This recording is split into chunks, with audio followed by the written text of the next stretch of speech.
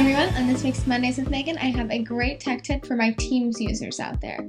So if you ever find yourself in a conversation with someone and you have a main point that you're trying to address and there's a bunch of messages and now the main point's been lost, you can actually pin a specific message within Teams.